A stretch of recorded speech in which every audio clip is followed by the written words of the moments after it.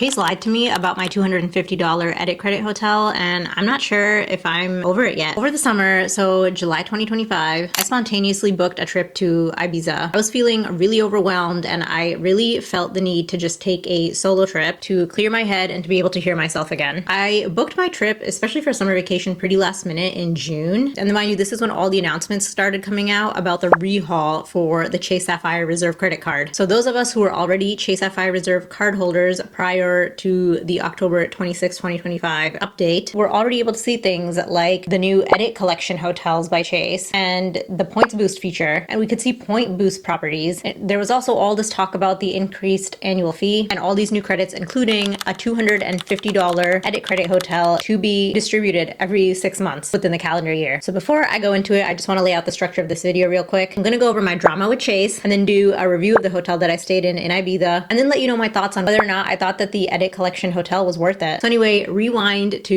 June 2025. I was looking at hotels in Ibiza through Chase's travel portal, and I was super intrigued by these new Edit Collection properties because they looked so nice, but most of them were outrageously expensive. As I kept looking, I did come across the Mondrian Ibiza, which was a part of the Edit Collection Hotel, and for 3 nights, it was coming out to $1,400. So this property was eligible for points boost, and I had just enough points at the time to cover it in a way where my out-of-pocket expense was gonna end up being around $900 instead of $1,400. And then I was like, ooh, well, what about this $250 edit credit? I know it's before the October 26th date, but I am seeing it on my dashboard and they keep promoting it. So because I can see all these other features, maybe I can apply it, but I'm not sure. So with the $250 credit, my out-of-pocket expense was now going to go down to $650, which for Ibiza in peak summer at a luxury hotel for 3 nights is not bad. So Chase was in this pseudo transition, right? Where the existing cardholders could see some of the features and then we're hearing about the other features, but couldn't necessarily see them. I don't know. It was weird. But anyway, I was like, before I book this, I'm going to call the Reserve's customer service line and confirm whether or not I have this credit. So I called them and I was like, hey, I'm looking to book this hotel. It's part of the Edit Collection. I'm an existing card member,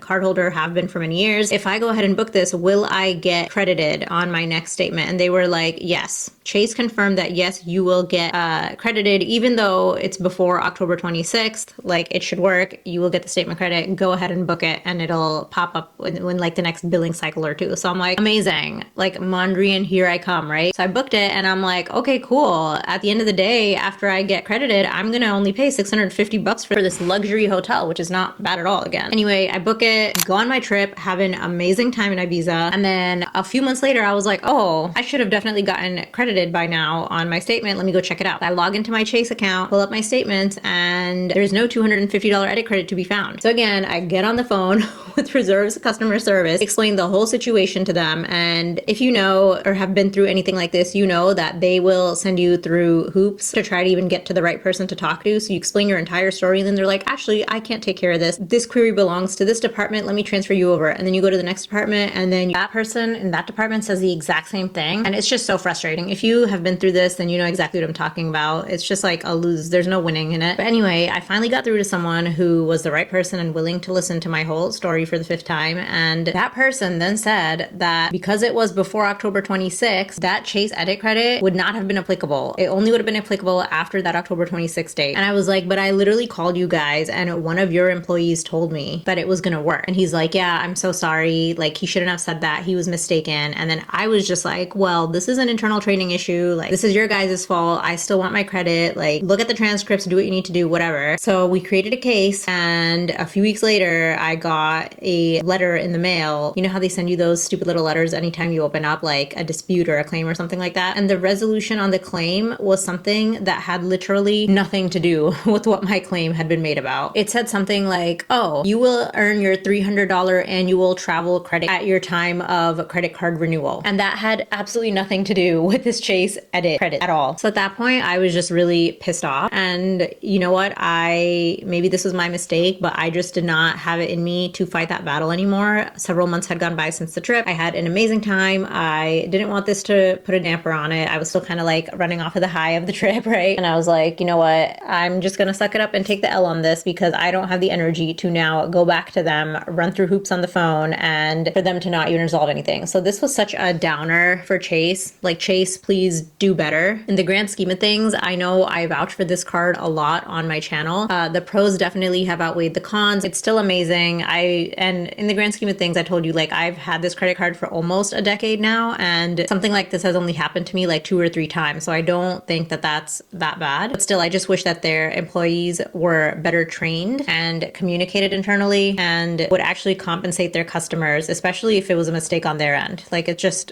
boggles my mind on how they could get away with something like this. It was just really stupid. But anyway, that's the whole drama that went down with Chase. Now going into my stay at the Mondrian in Ibiza. I want to start off by saying that this hotel is located in Calelonga, so it's literally right on the beach, and it's absolutely beautiful. When you think of Ibiza, like these are the images of a hotel that come to your mind. The decor was light and airy and boho chic rustic, absolutely beautiful, and the fact that it was right on a beach made it so much better. Now, I know a lot of times when people think of Ibiza, they think about partying, they think about all the house music concerts, and although I do love house music, this was not my reason for going. I was going solo, did not care to party. I just wanted to go because I had Ibiza on my radar for a while. It looked super beautiful, the cliffs, the ocean, just the food. So I wanted to go for those reasons, and I really just wanted to go and rest. So the fact that this was right on a beach and it was very far away from the party scene, it was really, really nice. The beach was super calm, like family friendly, and really beautiful. It was nice to be able to just leave my room and go down to the beach whenever I wanted. There were times where I just sat at the beach in the evening and I got a little ice cream from the convenience store behind me, and it was just so nice and relaxing to do that. They have a beautiful rooftop with a pool and lounge area. There's a really good sushi restaurant nearby. Now, I do want to mention that even though I didn't get my $250 statement credit, I did get all of the perks associated with booking an Edit Collection Hotel through Chase. So I did have $100 to spend in hotel credit, and I ended up spending it on room service twice for this amazing Verona chocolate cake that they had, which I still think about till this day. And that chocolate cake was like $20 a slice, and I got it twice. And then I got a few bottles of water one time as well. So my statement credit ended up being applied to that. And I think whatever was left over, I might have used on parking, because I did have a car while I was there for 3 nights. And then at the time that I checked in, they didn't have any upgrades available, but they said to check in with them the next day, as they would probably have something available then. But honestly, I was already settled into my room by the next day, and I had a really busy day that day. I was far away from the hotel, so I was like, you know, whatever, like, this room is sufficient for me. It's just me alone. Like, I don't need an upgraded room. It's fine. I also just didn't have the energy to pack everything up and, you know, move again, but it was fine. But I'm sure I would have gotten the upgrade that day had I went down to them and asked for it. And then the third really cool thing was that I had breakfast included in my stay. The breakfast wasn't extremely elaborate or anything like that, but it was enough and perfect for me. I still try to eat healthy whenever I do travel and stick to my balanced meals.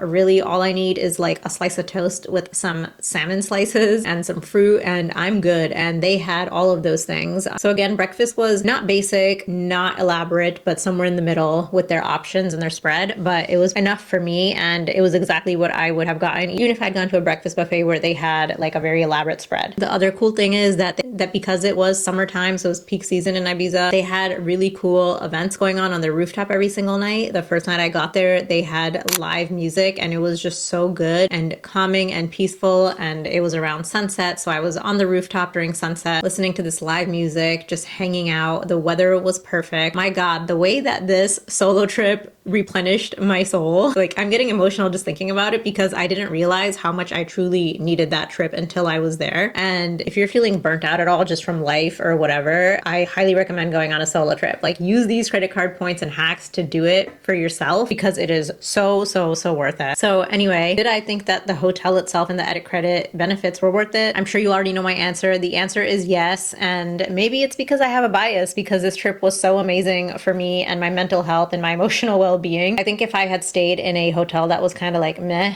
Ibiza is amazing. It's a beautiful island, but because I was traveling solo, like, I was coming back to my hotel every night. I didn't want to be out alone late at night or anything like that. And it was just nice that they had a lot of stuff going on, and I knew that I was going back to a very safe and comfortable and posh, luxurious hotel room. So that was just giving me a lot of peace of mind, again, especially because I was traveling solo. So for me, even though I ended up having to pay $900 out of pocket instead of $650, it was 100% worth it. I mean, the $100 statement credit came in handy, and so did the breakfast, because I just didn't have to think about it. It was super super easy and super convenient. And I was able to eat my $20 Lorona chocolate cake guilt-free because I could just use the $100 credit on it. So in my opinion, yes, the stay was a little pricey, but I did think that my stay was worth it. It really added to the whole vibe. And I do think that, especially in the age bracket I am in now and in this chapter of life that I am in now, I can definitely appreciate being in a nicer hotel a lot more. I have done the whole